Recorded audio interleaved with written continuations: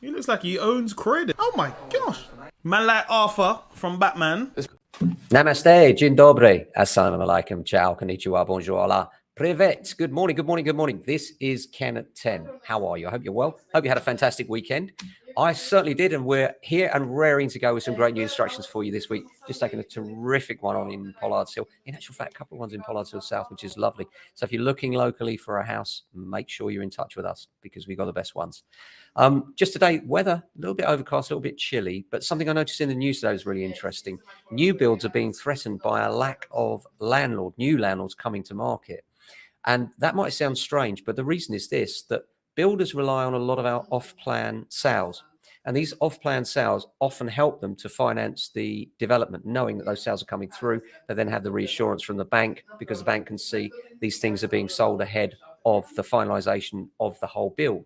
Well, what's happening is those landlord investors are not there. And because they're not there, those units are not being sold. Therefore, it's undermining projects, big building projects, and actually undermining house building in the UK. And I think what the landlords really are saying is, look, you need to reverse on tax if we're going to see investment into the landlord market and buy to let, because people are just, they're saying, look, it's not viable for the individual landlord if you don't have a special purpose vehicle limited company. If you do, different story. Apart from that, as far as the market's concerned, I noticed today the property market has gone up across the board. Not much, just about 2% here in London. But what's interesting in that is, again, the doom mongers would have you believe that the market fell off a cliff, no one's buying at all. That's just not true. What we're finding locally is there's a real good demand for 3-bedroom housing, particularly. Everything we've got on for 3 bedrooms in the local area seems to be getting good action, good demand, and there are plenty of buyers out there looking. And for us, that's the stock in trade. Certain areas have certain properties that are the most popular. And for us, when it comes to sales, the 3-bedroom family home is what people are looking for. Why? Because we're a fantastic commuter area. We've got a Zone 3 station, so it's very cheap to commute into London. And if you look at our area as a Zone 3 area, the price and value we offer versus the kind of community we have is fantastic value. And that's never changed. It was ever thus, as they say. So if you're thinking of investing or indeed living in an area you've got to commute in, and your budget is around the sort of 500,000-600,000 for a 3-bedroom family home, then Norbury might be the place for you. Give us a call, 0208 679 8601, or drop me an email, ken@jamesalexander.com. Now, just speaking to a landlord, a lot of landlords are thinking, should we be renting by the room now? And this is understandable given how much costs have risen. Landlords are thinking, how can we get back that money that we've lost? Well, although costs have risen, that's true. Rents have risen certainly as much as costs in most cases. In other words, you can still be in the same position, albeit that the rent's got to go up substantially by the time you've paid your interest payments off. But this particular landlord I was speaking to earlier was saying, perhaps if I rented by the room. Renting by the room does come with its own set of issues.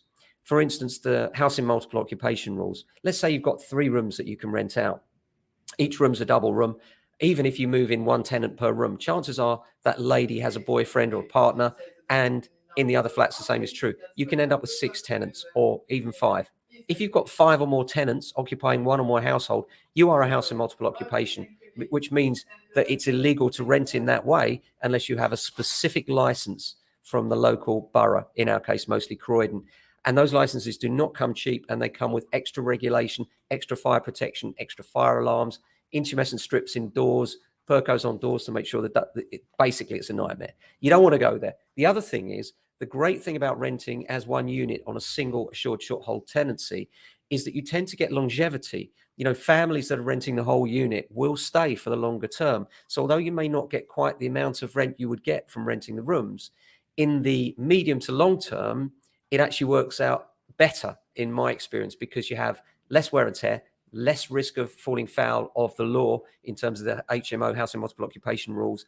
And finally, they tend to be people that just want to settle, they're with their families, just local community members, as opposed to people that are perhaps looking for just somewhere to head down for the night while they head off into the city and then off again, a very transient community. You tend to find with the roomlets, it's a bit more transient than it is on the full AST let of the whole property. So my advice is, where possible, if you can afford to do it, let it as a whole unit to one single family, ideally. If it is sharers, make sure they know each other and make sure it's not a vast amount of sharers. 4 is absolute maximum.